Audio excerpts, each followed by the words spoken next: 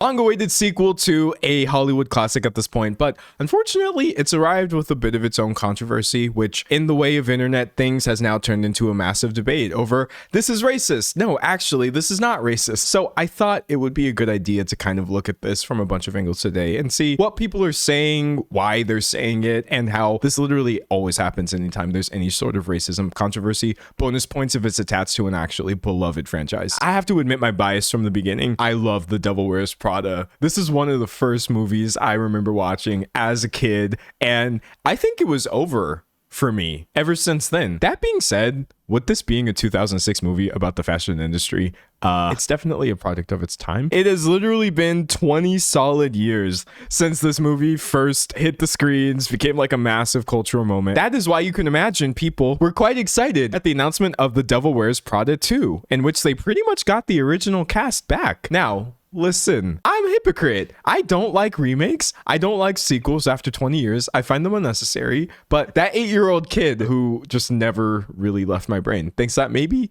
possibly, I could have fun watching this movie, even if I still would vastly prefer original films. As part of the promo for this movie, the cast went on this massive press tour, actually like an international press tour. And notably, part of this was like an Asian leg where they went to Shanghai and all these other places, took all of these glamorous photos in support of the movie. I'm bringing this up because it's actually going to come up later about films wanting to profit off of multiple markets. But you can imagine it's not maybe a great look to go on this Asian tour and then get hit with backlash against blatant Asian stereotype in The Devil Wears Prada 2, says The Guardian just a few days ago. A social media clip released before the film hit cinemas, which introduces the new character, Jin Chao, has been greeted with furious reactions online. So, first thing I'm going to say, I am not Asian American. I'm not Chinese American. I'd just be black as hell, even though you can be both, which is very fun. I am going to go off of what other people are saying about this, because you're getting, seeing as how people are not a monolith, a great deal of opinions about this. And I don't really think it's my job to say this one is more valid than these other ones.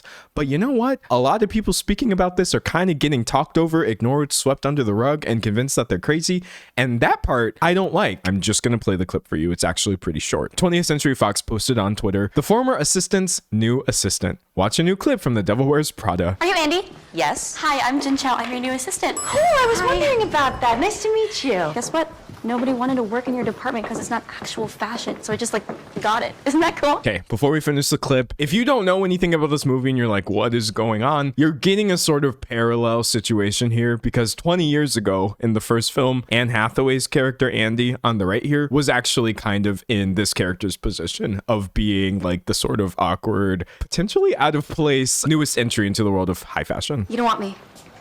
I didn't say that. If you don't want me, you can interview someone else. That's totally fine. I did go to Yale, 3.86 GPA, lead soprano of the Whiff and Poofs, and my ACT score was 36 on the very first try, but No, you seem great. I'm happy to have you. great. So that was the clip. We've only got 38 seconds, but as you see, there was certainly enough there to go off of for many people. Somebody said this is bad. Yeah, a lot of people thought it was. Let me tell you what I'm not going to do. I could, since we're here on Twitter, just scroll down a little bit and show you what people are saying, but I don't think that's a good idea. So instead, let's kind of go back to this Guardian article, and I'll give you a more curated look at some opinions that I've pulled, okay? So it says the criticism appears to center on a number of different elements. The characters wearing dowdy clothes and glasses in contrast to other characters visible in the clip, leading to claims that the filmmakers are using an outdated stereotype. Her recital of her academic achievements, I did go to Yale, 3.86 GPA, etc., triggered claims that the character played into the Asian stereotype of the